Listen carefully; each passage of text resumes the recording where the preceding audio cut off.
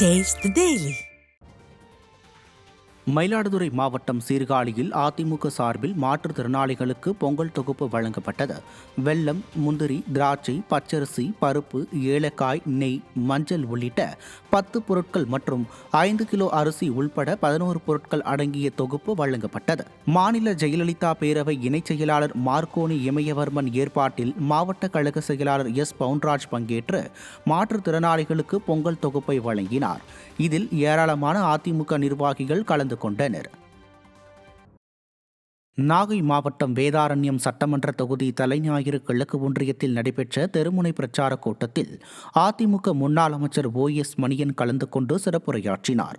தலைஞாயிறு கிழக்கு ஒன்றியத்தில் உள்ள கோவில்பத்து மற்றும் மணக்குடி கடைத்தெருவில் தெருமுனை பிரச்சார கூட்டம் நடைபெற்றது. இதில் மாவட்ட கழக செயலாளரும் வேதாரண்யம் சட்டமன்ற உறுப்பினர் OS மணியன் மற்றும் தலைமை கழக பேச்சாளர் சிங்கை அம்புஜம் ஆகியோர் கலந்து கொண்டு சிறப்புரையாற்றினர். இக்கூட்டத்தில் கழக நிர்வாகிகள், தொண்டர்கள் மற்றும் பொதுமக்கள் பலர் கலந்து கொண்டனர்.